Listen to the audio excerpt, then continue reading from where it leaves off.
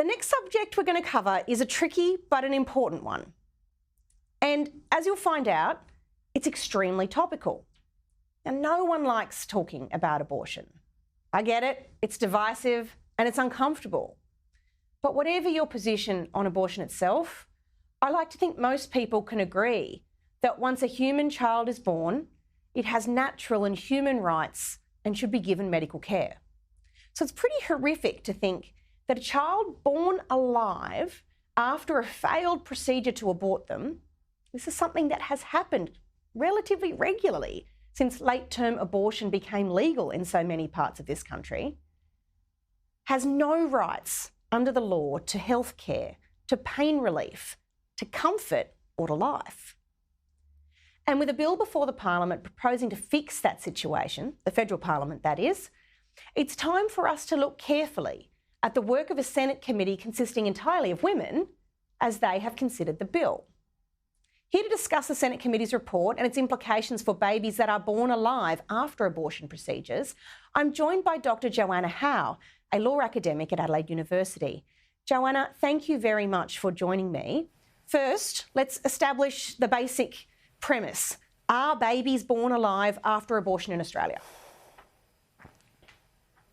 Yes, and so this is probably the most important thing to emphasise, that it is possible for a child to be born alive after a procedure that was intended to kill them, that is an abortion. And, you know, it's really important we get this straight, Amanda, because even just 2 weeks ago, the WA Health Minister, Amber Sanderson, said to the West Australian, there is no such thing as a failed abortion. She said babies are not born alive after an abortion, and it's just not true. We actually know from data in just Victoria and Queensland that on average every week a child is born alive after an abortion without a legal right to care.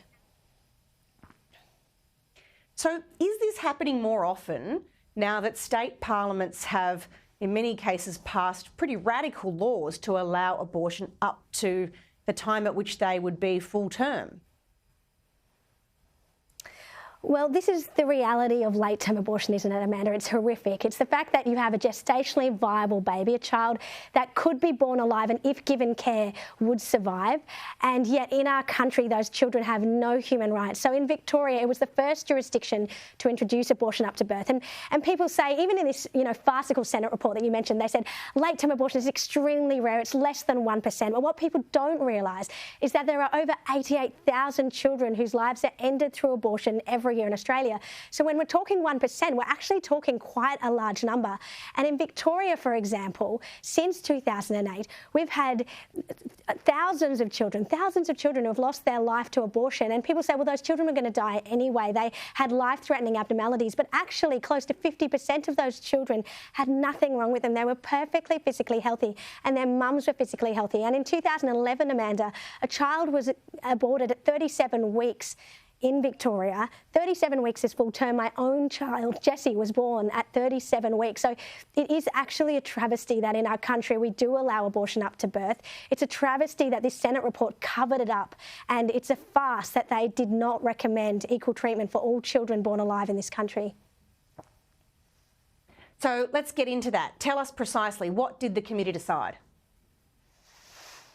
Okay, so look, this was a Senate report that was based on evidence provided by thousands of people and abortion lobbyists, but also people like myself, academics, Dr. Johnny Sacker, another academic. We had a day of oral hearing, and what the Senate committee heard, they heard about children being born alive and coroner's reports exposing this. We have 2 coroner's reports, a report for Jessica Jane, who was born alive and left on a metal kidney dish for 18 minutes in an empty room without any kind of care given to her. We also know of a child at Westmead Hospital who was dumped in a medical waste bin while still alive and breathing. And the coroners in those reports were scathing of this situation, of the fact that these children fall through the cracks and do not get care when born. And yet the Senate report did not cover any of that. They did not mention Jessica Jane. They did not mention the unnamed Westmead baby. They didn't refer to the coroner's report. The report that the Senate produced whitewashed this issue. It covered it up, and it's replete with quotes from abortion lobbyists, abortion providers, and it's their unsubstantiated opinion that this isn't a problem. So what they said is that this was already covered by the guidelines, that children already get care if born alive. And if that's the case, then what about baby Xantha, who just less than 3 years ago was born in a Queensland hospital and left alone in an empty room for 7 minutes without receiving medical care? And yet again, the Senate report didn't cover that. They also said that these children live for just a matter of minutes. Again, quoting an abortion lobbyist. But, you know, I presented them with evidence of an academic study, a peer-reviewed study in the highly reputable Journal of Obstetrics and Gynecology, and that showed that out of 241 late-term abortions, nearly 50% of those children were born alive. And it also showed that on average, the children lived for 32 minutes. And one child in that study lived for 4 hours, Amanda. Oh, gosh.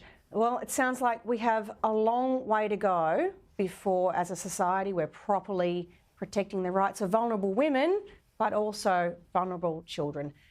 Thank you very much, Dr. Joanna Howe.